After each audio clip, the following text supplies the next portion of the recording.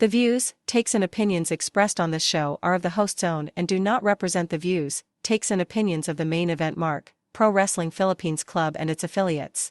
Material and sources mentioned in this episode is for general and commentary purposes only. This episode might include strong language and may not be suitable for children. Listener discretion is advised. Stay safe and stay wrestle everyone. Welcome to the Main Event Mark.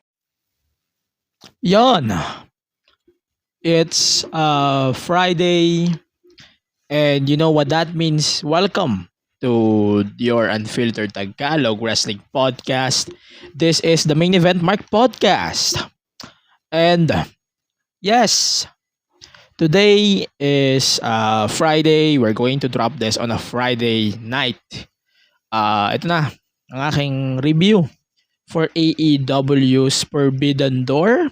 Yes, ginawan ko siya ng special episode kasi hindi siya kakayanin ng isang ano lang, ang tawag ba dito?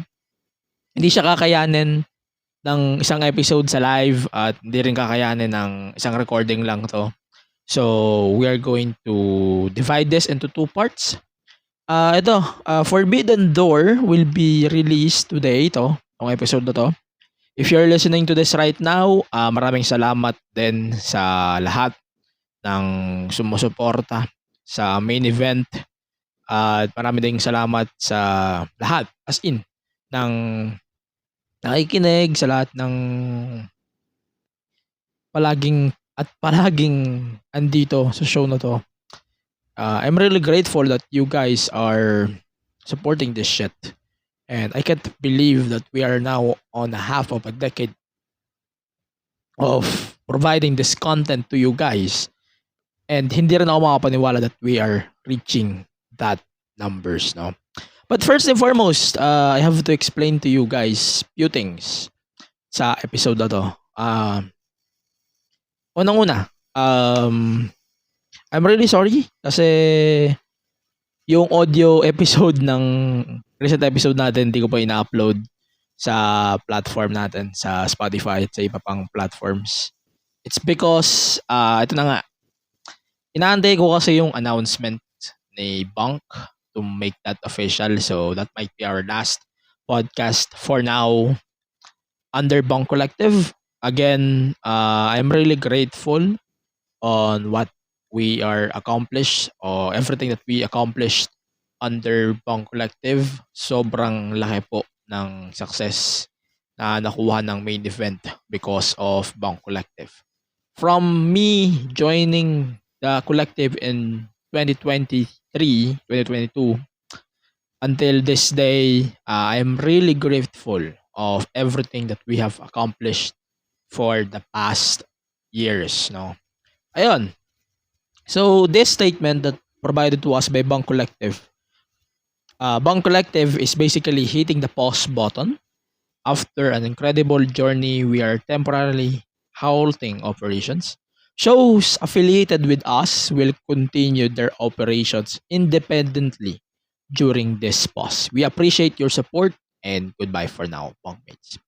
Ayun. So, main event, Mark, in regarding to the show, ito, focus tayo on this joining the PWPH Wrestling Network. It doesn't mean that we are joining the PWPH Wrestling Network. Not really. But in a way that we are joining it too. Pero ganun na nga. Parang ganun din eh. Ayun nga. So this show, while the show is not on Bunk, we have to put it on the PWPH Wrestling Network. And yun nga, I am really grateful on what we have accomplished or what we are able to accomplish for the past 2.5 years of the main event, Mark. And yes, sabihin ko sa inyo, I am really fucking grateful on everything that we have accomplished for these years. And sa lahat din ng nagawa natin, sa lahat ba ng gusto nating ma-accomplish these years, no? Hindi ko alam kung paano ko sabihin to in serious. Pero I really love my Bebang family. No? Ito, konting kwento lang, mabilis lang. Kasi I started the podcast in 2020 as the MTA Show Podcast. Everybody knows that. Ang dami kong experiment na ginawa sa main event. And hindi lahat ng yon pumatok. At hindi rin lahat ng yon sa tingin ko successful experiment.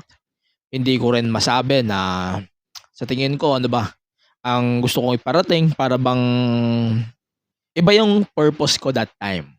It's more on a wrestling show na you have to learn or you have to be with it.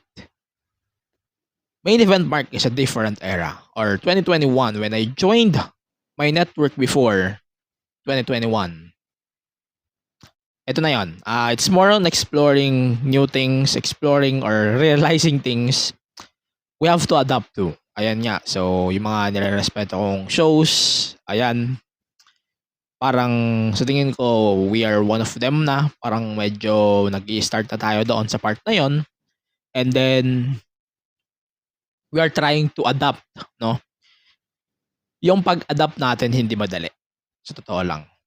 And I'm really grateful on our local wrestling scene because they are being supportive on this show's history.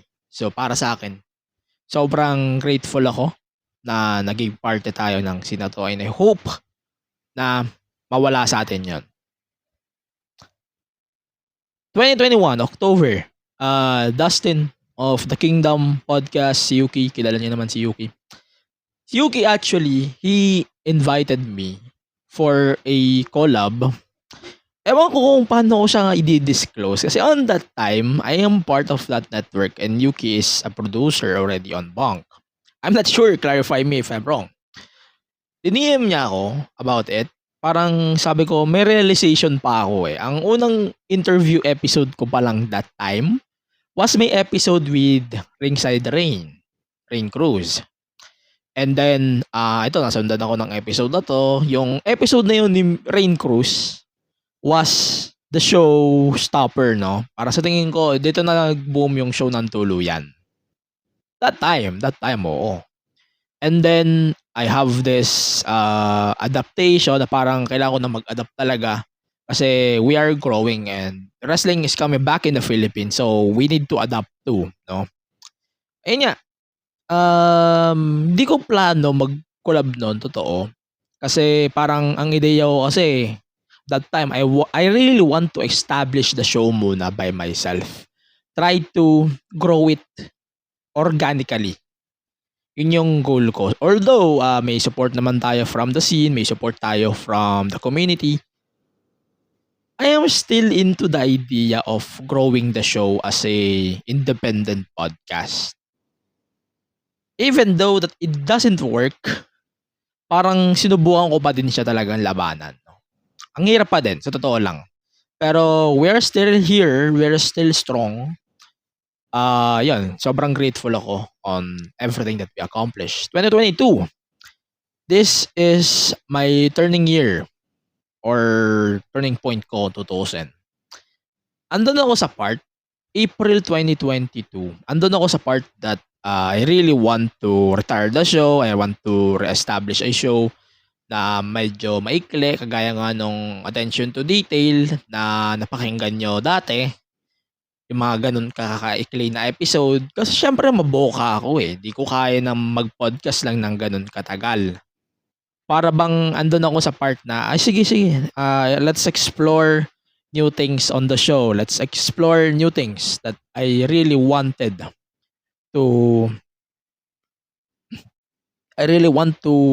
explore with, or kung ano man yung gusto kong mangyari that time, hindi siya nangyari until I joined Bonk Collective. Yun nga, a few years or few months later after that, Dustin came again to the show, April 2022. Ayun, parang nagbigay siya sa akin ng ultimatum. In a way, Ayun, parang ultimatum siya na it might save the show or it might bury the show for good. Pero yun, in-explore ko yung ideas na pwede kong magawa when I joined the bunk. And yeah, we are able to execute that when I joined bunk. Ayun nga, I joined Bunk Collective April 2022. I officially joined on my birthday. So, sinabay ko yon sa birthday ko. Story about that, mabilis lang. Sinadya ko yon. Pinasadya ko yon kay Yuki tsaka sa lahat ng nasa bunk, kay Bern, kay BP, kay Michi. Pinasadya ko yon. Sobrang incidental na I left my network before April. Parang nagbigay ako ng 30 days notice. And then, para lang ma-inform ng maayos yung listeners ko that time. Then, I joined Bunk Collective. And yun, we are able to explore new things, explore a lot of things on the show. And then, ayun, nakapag-rebrand din tayo together with me joining Bunk. At saka yun, parang nagkaroon din ako ng brains aside from myself na, sige, I'm going to give my 50% of my brain to my producer, which is Yuki, by the way. Yun, parang binigyan ko siya ng 50% ng utak ko para hindi ako magbukang sabaw when it comes to producing the show. At saka kung naman yung mga pinaggagawa ko dito. Yun. So, 2022 then was the year of the main event. We're able to invite some of our friends from the scene, JDL. I'm still connected with JDL. We're still planning for an episode though. Let's see if we can set up soon. Then, NSJ, a really good friend of the show. I hope we can still set up a new episode soon since he is being set up as the new face of Puso Wrestling. We will talk about that tomorrow on our episode sa live. Then, ano pa ba? Ayun, we have a lot of friends now in the local wrestling scene. And yun, si Troy Gonzalez, Joshi Journals, we are able to invite him during this run of the show. Yun. 2023, we did a lot of firsts on that year. I swear to God, hindi ko na isa-isahin yun. From my first show, from my sponsored show, from my invite show as a media partner of the show 2024. Di natapos yun. We have Dekada. Such a really good show. Then, yun. 2024. Ito na nga, the first time in 2 years, I established a new show niya. Ito nga ang PWPH podcast. Parang ideya kasi siya na sige, we can establish a new show. Parang big, malaki bang improvement, malaki bang paghinga. Kaysa sa kung ano yung meron ako ngayon sa main event. Parang iba yung pakiramdam ko with me joining or establishing that show. So, I am lucky that I am not the only one who is hosting the show. Even though ako nagpo-produce. And, yun nga, parang kinonvert na rin natin ang PWPH as a full-fledged wrestling community and not only a community on Facebook. So, yun nga, we have now a network arm, the PWPH Wrestling Network, the podcast, PWPH podcast, part of it. Main Event Mark is unofficially part of it. Then, we might invite some of our friends na pwede ding mag-collaborate with the PWPH podcast. And let's see kung ano nga ba ang pwede natin ma-explore o mapiga within that period. And yun nga, regardless, that was easily my best decision, no? Parang kailangan natin tanggalin kasi yung ideya na kailangan natin tanggalin sa ideya na Facebook community lang ang PWPH. So I decided to establish that, no? Pero yun, sobrang laking karangalan sa akin to be part of Bunk Collective. Malaking gap din para sa akin yon. Pero with me, now holding again the 100% of producing the show, let's see kung ano nga bang mapipiga natin for the past or for the next few months. Baka magtanong kayo, I am considering joining a different network. Maybe. Hindi ko masasagot yan ngayon. Pero I am always considering that. Considering the cap that we are able to accomplish o yung goal natin. And marami pa akong gustong gawin na I think hindi ko kayang ako lang. So, gusto kong magpatulong din ba? Parang ganun ba yung goal ko? And I think a network might help me for that. So, I'm in search. No worries, hindi ako nagmamadali. I'm not in a rush, no? Pero kami dito sa PWPH, we are all supportive on the show. And I hope we are able to accomplish that by ourselves, no? Yan. Regardless, Bang Collective, maraming salamat na pinapasok nyo tong community ko or yung wrestling community natin sa network. And we are able to collaborate with our fandom. We are able to collaborate with our fans. And yun, I wish that we could see ourselves soon. Pero yun, anything is possible at this point. No? Baka pag na-revive ang bank, malay nyo magkaroon ng meet and greet or sa kung ako man ay lilipat, let's see. Pero wala pa naman sa plano ko ang paglipat. Pinaplano ko pa lang. I'm open with it. Pero it's more on priority ko lang talaga. Magkaroon tayo ng content, matinong content. Of course, lagi naman matinong content natin. And then, yun nga sa PWPH podcast, maalagaan natin ang mabuti yung show na yun. Sinusubukan natin na i-balance yun, sa totoo lang. And hindi rin naman madali, oo, totoo naman. Pero, I'm really grateful that we are able to produce both of these shows. And I hope that fans could really love about both of these shows. And sana nga, balang araw, yung mga fans natin, ma-appreciate din nila yung mga local natin shows. Maliban sa ibang podcast dyan. Not gonna name drop any.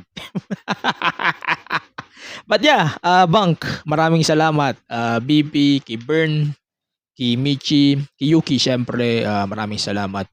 Because of you, you really saved the show, by the way. Slick Master Files. Sino pa ba dapat ko pasalamatan? Syempre, The Defunct, K-Fib Cafe. Ayan, maraming salamat din for the trust. Wrestling Podcast. Ayan. Maraming salamat din talaga. Stan, Ro, always be part of my journey of being a wrestling fan. From the Fox show, few days na ina-air nila lagi tuwing pay-per-views. Now, fan din ng show nila. Always been a fan. And yun, sa lahat ng sumusuporta sa main event, Mark, I'm really grateful that we are able to insert ourselves in a something na community na putangin na sobrang nakaka-proud na we are part of it. Ayun. Anyways, humahaba na yung sinasabi ko dito. But ayun, seryoso. Hindi dito matatapos ang journey natin sa show. We are just more on temporarily living bunk. Pero yun, since a bunk is on a force, we are free agents technically. We can put this on the network, but parang pinag-iisipan ko pa ng mabuti if we have to put it on the network. But let's see kung ano nga ba yung magiging plano natin for the main event for the past or for the next few days. Pero, yun, for the meantime, again, maraming salamat, Bunk, and I hope you can follow and support all of the Bunk Collective shows pa din sa lahat ng Bunk shows na dito sa network namin. I hope you can support them, all of us. Please give us a support. Yan. We will talk about Forbidden Door in a moment. Pasensya na. At nag-iba ang ihip ng hangin dito sa episode na to. Pero yun, we will be back in a moment. I just have to compose myself here. Then, when we come back, we're going to talk about Forbidden Door. You can know as well my thoughts on the fallout of today's AEW Forbidden Door. Yan nga, tsaka yung fallout din, syempre, ng Forbidden Door. We will talk about that since hindi natin masasama to sa episode later on sa live natin sa YouTube and Facebook of the main event mark. But for the meantime here, we're going to take a short break and let's hear a word from our podcast here on the main event mark. This episode is sponsored by Blast TV. You can watch your favorite WWE weekly shows, UFC, NFL, and more absolutely for free if you are Converge or Globe at Home subscriber. You can now subscribe to Blast TV through their website and sign up using your ISP for free. Again, it's Blast Time with WWE on Blast TV. Yan. Thank you very much for listening on the Main Event Mark podcast. Again, my name is Angelo Pinera. Yan. I explained earlier while bakit nga ba kayo nagwa-wonder, bakit nga ba ang daming days itong show, bakit nga ba walang new episodes. Dahil yun. Dahil doon. Pero regardless, we're all good. We are back. And we can talk some wrestling. Ayan. Nalampasan kong Clash at the Castle. Yes. Sorry doon. Sorry doon, guys. I swear. Medyo incidental lang yung nangyari. Ba't ko nga ba nilampasan yung Clash at the Castle? But regardless, it's a throwaway it's a throwaway pay-per-view to begin with. Pero I really enjoyed the story ni Punk tsaka ni Drew. Yung Cody versus AJ, I really enjoyed that. Nag-enjoy din ako doon sa tag titles, for the women's tag titles. I really enjoyed that. The rest, medyo, I can take it slide. Ayan, para sa akin lang, siguro match of the night of that show was the match between Cody and AJ. Para sa akin talaga, yon. Yun ang match of the event ko. Wala na ako masyadong pag-uusapan about WWE since we're going to save that on tomorrow's episode of the main event live. Pero yun, we have to plug some stuff here. I hope you can still support our podcast here. You can follow and support the show on Facebook, X, Instagram, TikTok, and on YouTube at MEM Wrestling Pod. Also, you can support us on Patreon, patreon.com/MEM Wrestling Pod. Also, you can support our PWPH Wrestling Network on Facebook, facebook.com/Pro Wrestling Philippines Club or PH Club. And also, you can follow us on X at sorry. You can follow us on X at PWPH Select. Ayan. And then, the new episode of the PWPH is just uploaded. We talked about the Tony Khan disaster. Ba't nga ba disaster ang booking ng AEW very recently? And we will talk about some of it later on. And yun, fallout ng Dynamite, yung beach break, we will talk about that in a moment. But for the meantime here, meron nga palang Forbidden Door. So let's talk about Forbidden Door. So, nangyari to sa ayun. Nangyari ang Forbidden Door sa New York. Hindi ko masabi na tama yung address. But yeah, sa New York siya, sa UBS Arena. Then, you have to pay $20 for the pay-per-view or nakabundle to sa Thriller TV if you have Thriller TV. Sayang, na-miss ko pa din. Talaga si Tap used to air the AEW pay-per-views. Now, they have UFC pero pay-per-view format na rin sila. So, you really have to support our friends from Blast TV regarding on their pay-per-view. So, yeah. You can support them on their platforms at Blast TV PH. Yun. So, Yeah, let's talk about the AEW Forbidden Door. So, MJF versus Hechicero. This match, yeah, MJF is a hometown hero, sure. Okay, I'm not gonna focus on the whole match. The match was fun. Storytelling wise, wala sa storytelling, that's for sure. But MJF is a really good wrestler. Sa totoo lang, kung sino, sa tingin ko lang ha, sa lahat ng four pillars ng AEW, MJF is really the one who stood out for me. Sa lahat talaga, as in, sa buong four pillars ng AEW. Besides kay Sammy Guevara na daming issue, but besides him, MJF really stood out for me as a pillar, and he really deserves the pillar position for me. Yan nga. Forbidden Door match ni MJF, I can call it a throwaway match.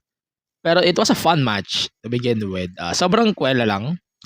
Not really the best match of MJF, pero sa tingin ko nalabas ni MJF yung kulit niya dito. Easy win din sa totoo lang na they're trying to put over Hechicero, but yeah, it's very entertaining sa totoo lang. Then, the Elite, the Cock Elite, then Okada versus the Acclaimed and the Ace Boss, Hiroshi Tanahashi. Eto. It's more on bringing back their past feud, Okada and Hiroshi Tanahashi. Yeah. So, this is a fun match. I admit that. Pero, I'm not gonna focus on AEW EVP's main. Alam mo yun, sa totoo lang guys, I can't fucking take the Elite seriously, no? Except kay Okada. I really love Okada. Pero yung ibang members ng The Elite, ang only member na convincing sa akin is si Jack Perry, no? But yeah, regardless, Tanahashi is still great. I admit that. Pero sure, I'm really thinking that Okada is really bringing the Elite better, and for the better then, the heel run is a working run, sure.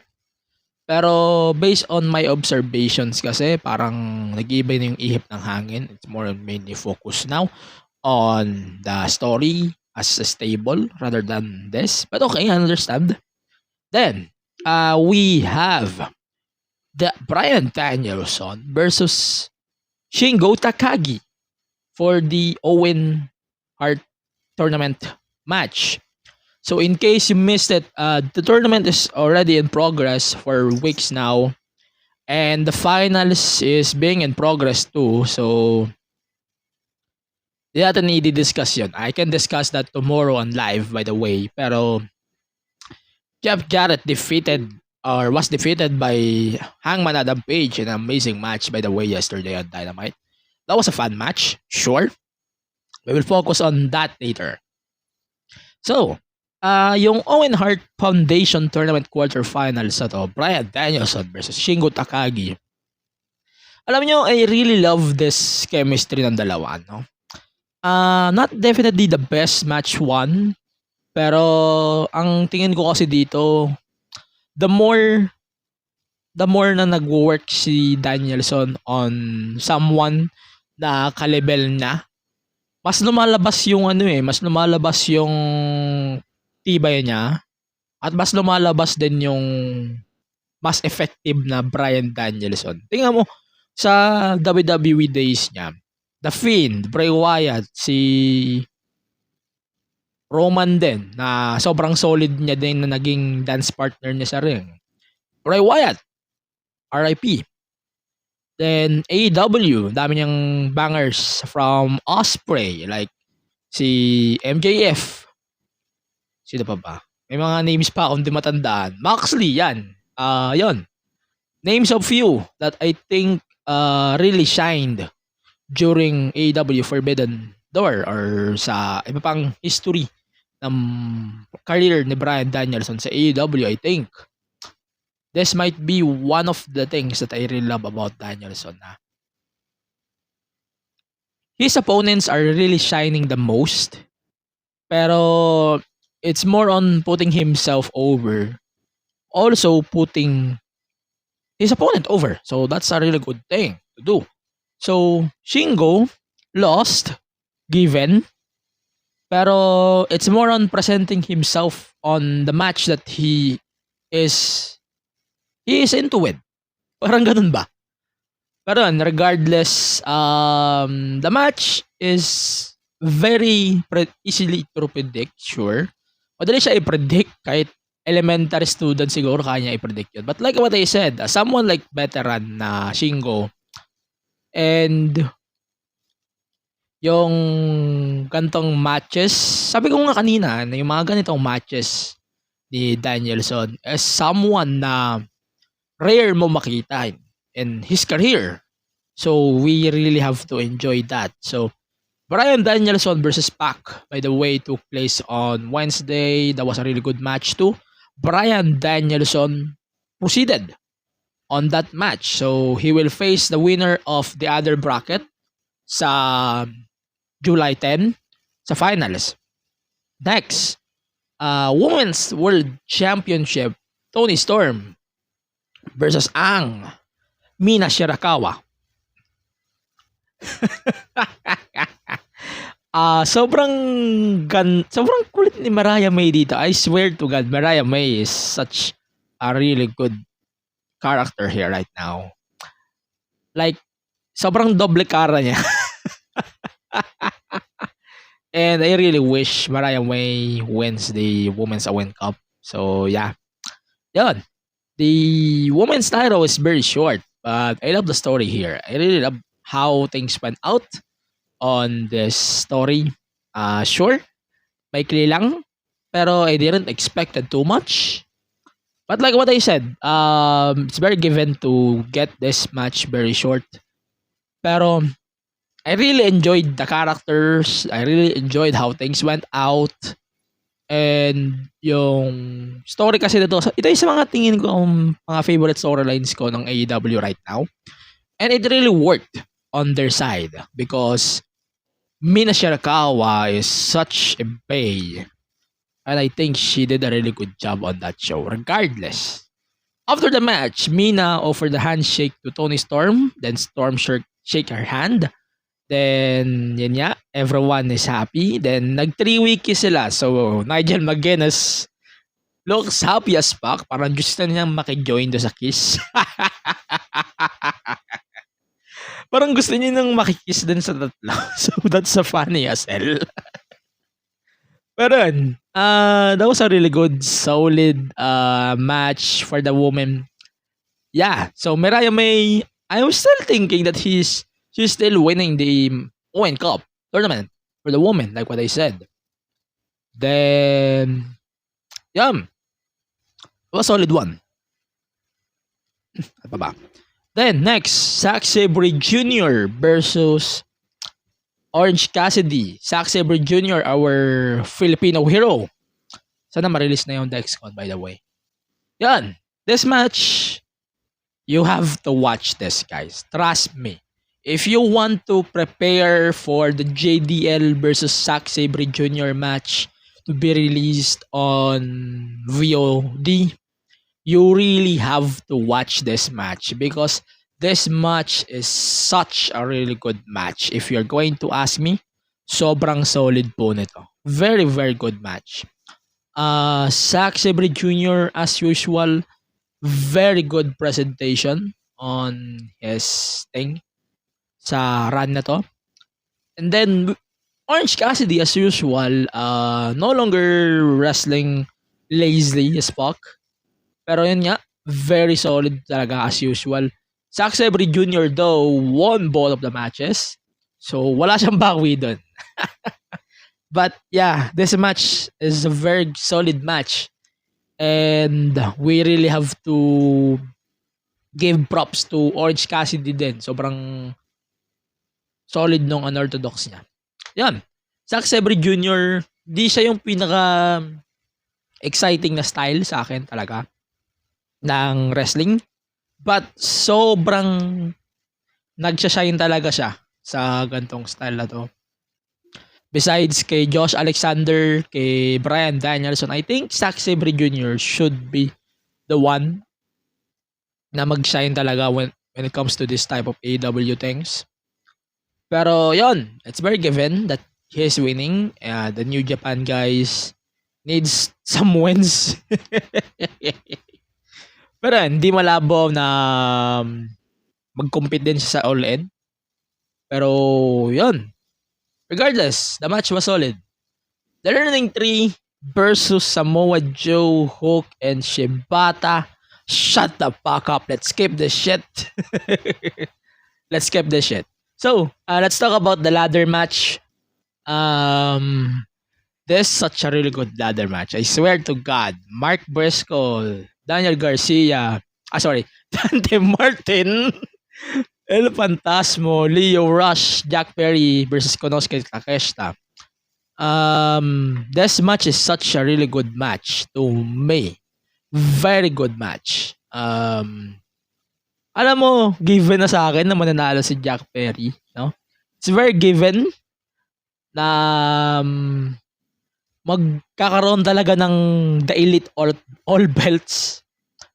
Very given na talaga siya sa akin. Sobrang given. Yun. Lahat sila champion na, kung tutuusin. Then, Takeshita, Mark Briscoe, man, very solid guys. Sila yung isa mga nagdala ng match na to. But I think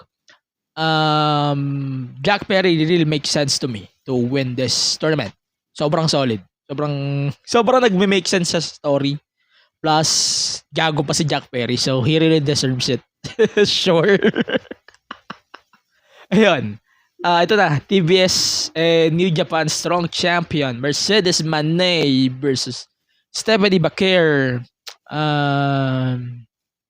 Bakir ba o Bakir? Yeah, regardless. The match was fine. I'm not really confident to say that this is Mercedes' best match so far. But yeah, I think Stephanie really shined on this match, no?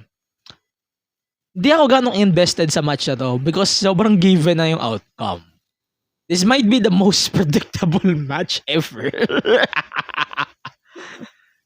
Stephanie, sure, she's a really good wrestler. Sobrang solid din. Nag-background check din ako. I think she has the potential to join AEW. And yeah, I can see her running AEW more shows soon. But yeah, like what I said, Mercedes Moné, very given to see her win. Then here we go.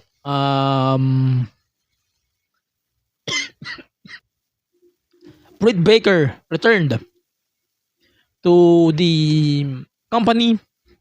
So nice to see her back. And I think this should be the match that we need or we have to get. And then, ito na nga. So, magkakaroon tayo ng bagong show sa Wrestle Kingdom. So, it's basically 2 nights pa din ng Wrestle Kingdom. Pero June 5th, it's the Wrestle Dynasty. It will be televised 1 p.m. Japan time, 11 p.m. Eastern time. January 5th, 2025. It's a collaboration show with AEW, New Japan, Stardom, ROH, and CMLL. So, yun po ang magko-collab for this show. So, ito na, main events. Jon Moxley versus Tetsuya Naito.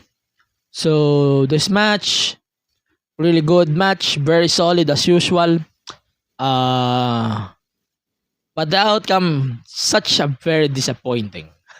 Sa tingin ko gaganda pa to.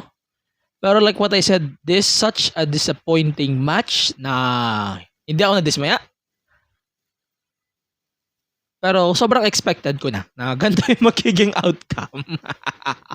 I mean, John Moxley really did a really good job carrying the belt. Pero this is such a really disappointing outcome if you are going to ask me. Like what I said, wala siyang story at all. Wala talaga at all. Then we are getting a title change. I love Naito, but such a really disappointing change. For sure, very Tony Khan. Main event, Will Ospreay versus Swerve Strickland for the AEW World Championship. Condolences, by the way, to Will Ospreay's family, since her grandmother died earlier this week. So sad for him that he is still competing. But yeah, this match, the main event of the evening. So this match was such a really good match. Not the best one though, but I really think that this is definitely the match. Sa tingin ko lang, the match of the night and possibly match of the quarter. I am really confident to say that. Di ko na talaga ibibigay. Pero Don Callis, shut the F up. You should get the fuck out of here. Ayun. So, yun nga. This match is kinda same as what happened last year's Forbidden Door. That Don Callis really ruined the match. But regardless, Swerve Strickland really deserves to win this match. Regardless of what's happening or what will happen. Yun nga, kagaya nga ng sinasabi ko sa ibang forum, no? Swerve Strickland should win this match. And he is the only winner of this match at all. Wala nang iba. Will Ospreay is winning but at Wembley Stadium. Nadismaya ako? Hindi. Kasi satisfying yung outcome eh. Given na siya sa akin eh. Kasi as much as I want Will to win, tangina, coincidentally, as much as I want Will to win, may show nga palang Will to win na mag-air July 15. But regardless, that was a solid match. And to something very big caliber match like this, sobrang solid niya. Sobrang solid ng match na to. Plus, dagdag na rin natin that Will Ospreay said on an interview that ay niya talagang manalo sa match na to. Kasi nagmumukhang obvious kasi na alay lang siya kay Swerve. Or iaalay lang si Swerve sa kanya. Pero yun, ayaw niya daw mangyari yun eh. Ganun din naman ang mangyayari. So wala rin pinagkaiba. Ano ba? Pinagloloko niyo ba ako? As much as I love Will here, but ganun din eh. Nagpatalo ka dito, tapos mananalo ka dun sa match na susunod nyo. Ganun din. So it's more on killing your own weapon. Then it's like Cody versus Roman na hindi obvious na mananalo si Roman. Pero nagpa-obvious pa din. Ganun lang yon. Ganun lang din yung ginawa nila dito. But regardless, 4-hour show, AEW 4-hour na naman. As usual, match of the nights ko. I really think that Zack Sabre Jr., my number 2 versus Orange Cassidy. Swerve versus Ospreay, number 1, obviously. Number 3, Danielson versus Shingo.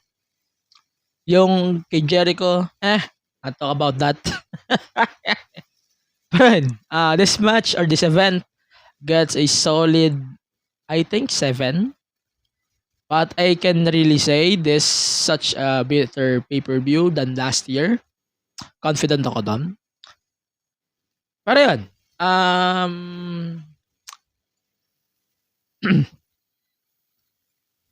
Ito, sasabihin ko lang ha. Gusto ko mag-open about this. Forbidden Door is no longer an interesting pay-per-view. Sa pay-per-view, hindi siya interesting kasi nangyayari na siya every week eh.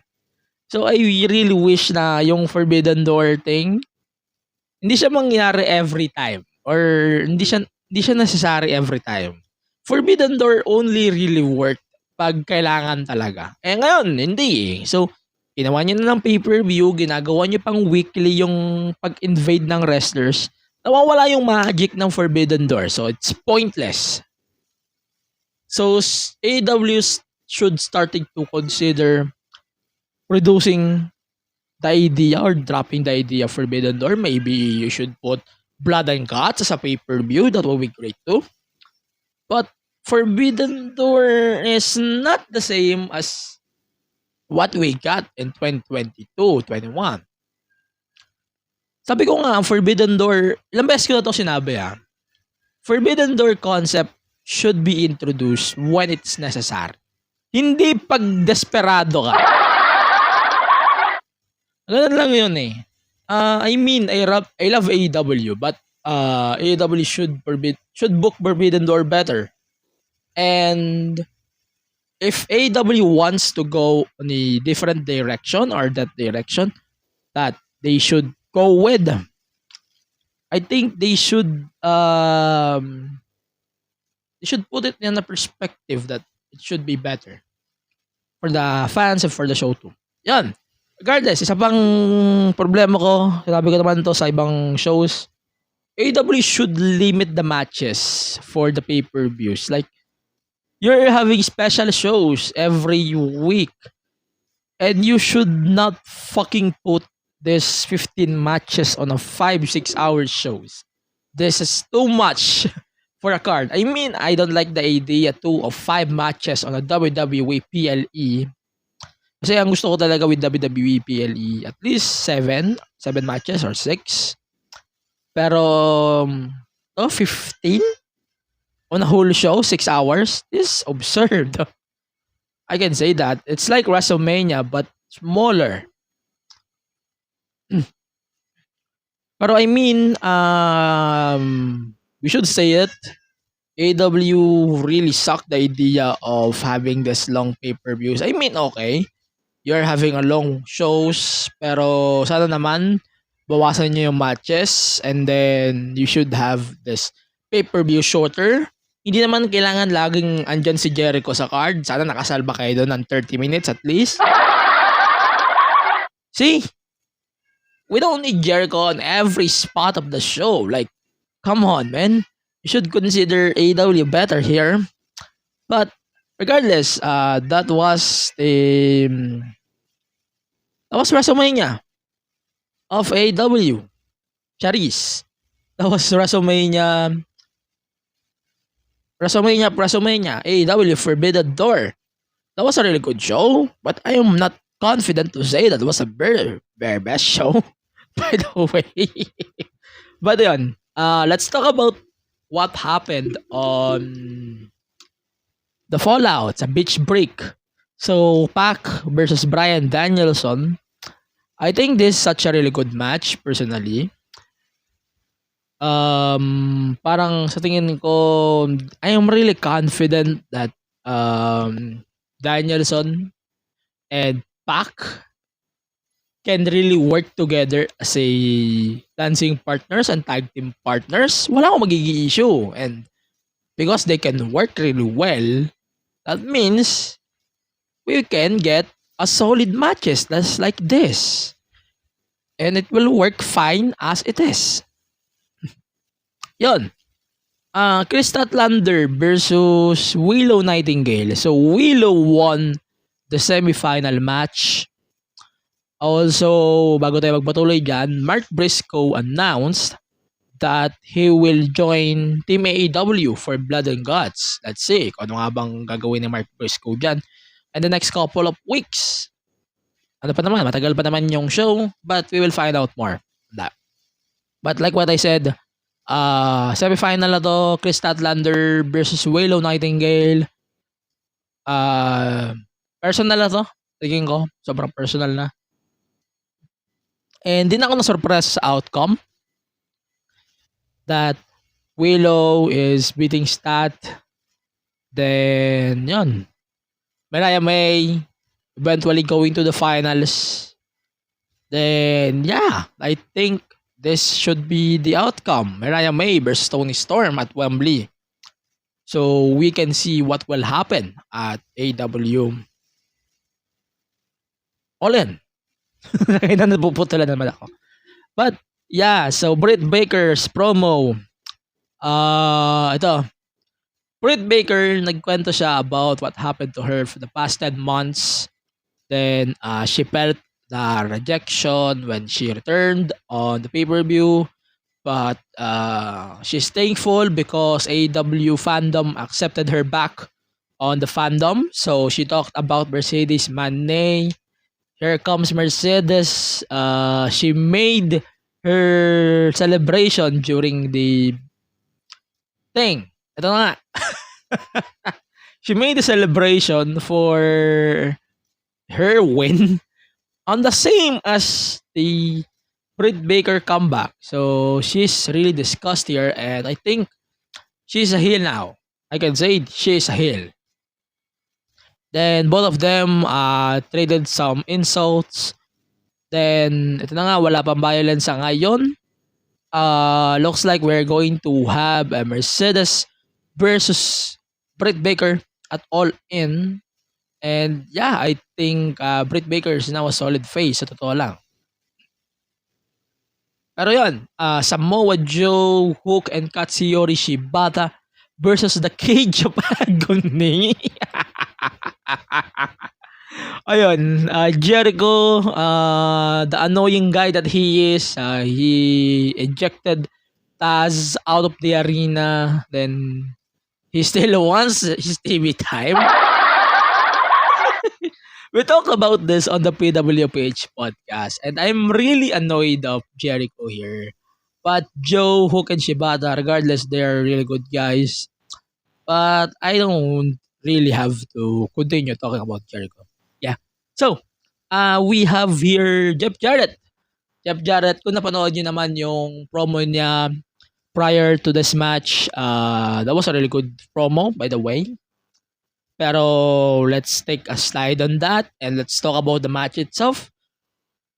Hangman Adam Page returned in action after a few months, and Jeff Jarrett is not happy regardless. But I think this match between Jeff Jarrett and Jeff Jarrett and Adam Page did a really good job on this match. Very good, solid. Sobrang appropriate din ng bagong team niya. So, good for him. Or good then for AEW for changing his theme song. And then, Jeff Jarrett din. Sobrang... Man. I really love Jeff Jarrett during the old days. Now, I am really growing with him. And I really love Jeff Jarrett, that's for sure. And I respect the promo, by the way. Sobrang ganda nun. Then, main event. Daniel Garcia challenging Will Ospreay for the AEW International Championship. MJF is in the corner. So, yeah. This match, such a really good match. That was fun as hell. But, yeah, let's focus on the outcome instead.